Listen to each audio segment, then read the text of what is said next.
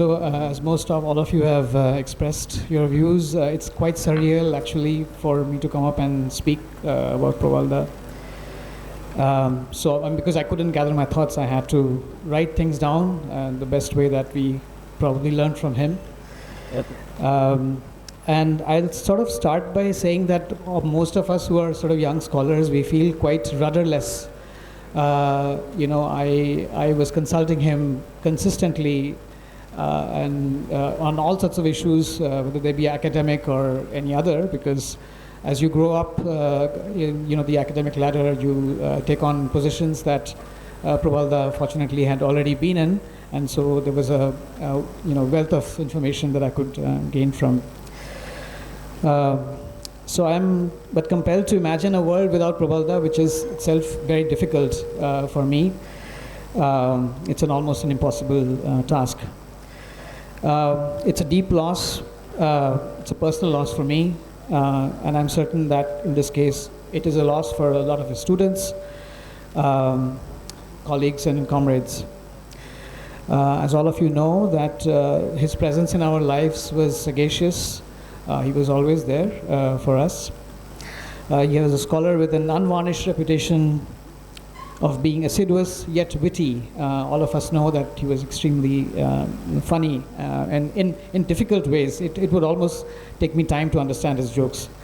Probal Da perhaps would have wanted us to contemplate, as to what this day means for us, what the future will hold for us, a future in which he would still shine like a beacon for all of us who learned so much from him.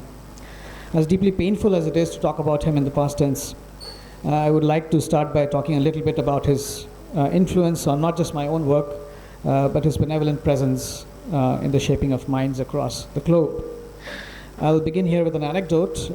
Back in 2001, just about the time when I was starting to quite rudderlessly try to understand what kind of work I was going to do, and in this sort of state American university that I was studying, I managed to find as many articles that I could on South Asian languages, and it wasn't surprising at all that dozens of those articles were contributed by Probal Da. So this compilation of articles on Indian languages was roughly about 50 or 60 papers, and I was pretty sure that there were, and I still have those papers with me. And I was just starting to get a sense of Probal Da's intellectual heft. I had never met him. I was in my 20s. And I also recognized something that is, interesting about part of all of his writing, something I learned from him, something all good writers manage to do, which is to invoke envy in the minds of their readers. While I was reconciled to the fact that his greatness was not achievable, I couldn't stop myself from thinking that he was, however, asking us all to at least try. His greatness lay in letting us all know that it was worth a shot and that we could all collectively get to something bigger than the sum of us all. I will miss him dearly. Probal Da's first published work was in phonology. I am a phonetician and a phonologist, and I managed to retrieve his first ever published article in volume 33, second issue of Indian Linguistics, which was published in 1972. And Indian Linguistics, for those of us who don't know, is the flagship journal of the Linguistic Society of India. And this article was titled Coronality, Old Indo-Aryan Palatals and Natwa. Our beloved Probal Da was all of 18 years old at this particular time, an age at which most mortals would manage to perhaps gain mastery over a working vocabulary of 10,000 or so words. Probal Da was wrestling with an age-old problem of a class of consonants in Old Indo-Aryan. Quite did it.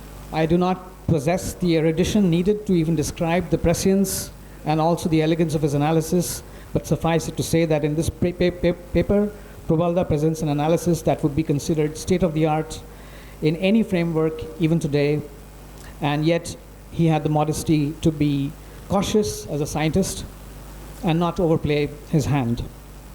40 years hence, I am working on coronals, and I am absolutely stunned by his intelligence. He presented a comparison of frameworks which is relevant to this analysis, and which is a comparison of between Gleason, Daniel Jones, and his own analysis. And it is the most well-argued understanding that we have of this class of consonants. I wouldn't bore you with the details of that, but it has to do with the affricates. So the thought of not being able to pick up the phone and talk to him paralyzes me. And yet I know that we are left with no choice but to do what we imagine he would have wanted us all to do in these and all times: cogitate and question everything. As I reminisce about all the long conversations I had with him, I'm struck by how much patience he possessed to even entertain some of the most inane of ideas I would present to him, perhaps with the vacuous intent of meeting his validation. Always smiling, Probal Da entertained my ideas with acceptance that I hadn't ever seen in any other academic and that I encountered back when I was starting my career at FLU. Recording in progress. I would occasionally meet him when he would visit us, as I remember those early days with fondness. This is when he would be coming to the English and Foreign Languages University campus for a variety of academic work. I recall his warmth, his genuineness in wanting to talk to junior colleagues, and a personified version of collegiality that made doing what we were doing worth it. Probal Da made us feel important. Probal Da made it look easy, and he made it easy for us to work in a system which had a multitude of complexities. Upon my move to Kolkata and Jadavpur, to be specific, I was overjoyed that I would now be able to talk to him regularly and yet again test his patience with inanities. My hesitation, time to pick up the phone and call him if I had even the most mundane of questions, could be measured in milliseconds. And Probal Da would spend hours listening to me, helping me organize my thoughts and put a lot of anxieties to rest. Probal Da embodied so many qualities in oneself that it will take more than a few volumes to expound on all of his merits. And so I will stop here by saying that it will take all of us a long time to heal from this great loss. But if he stayed close to his maxims, we would manage to remember him in ways he would want us to. I'm sure of that. Thank you.